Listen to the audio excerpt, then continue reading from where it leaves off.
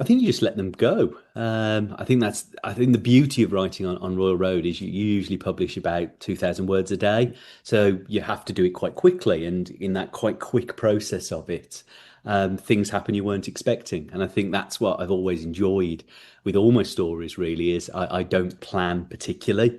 I have an idea of where it's set and what I want to happen.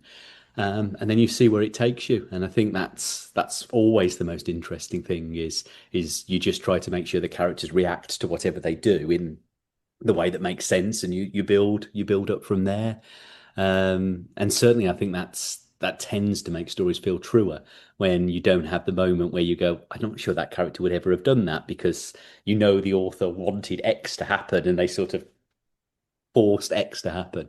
I think it is much more interesting when you go, well, of course that happened because that character's, of course they did that, and let's see how they get out of that now. I have had those. There's a very famous story about the Victorian writer Wilkie Collins, who was writing The Woman in White, and it was a serial, and he was publishing it quite quickly, and he had no earthly idea how this story was supposed to end, and it'd been going on for quite a long time.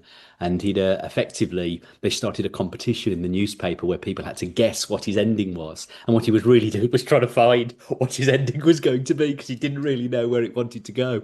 I think you can have that quality sometimes as well when you're publishing on Royal Road. You've like people go, "Oh, I think this is going to happen," and you see that and go, "It's better than what I was going to happen. Let's have that happen in a few chapters time," and that's quite good fun as well.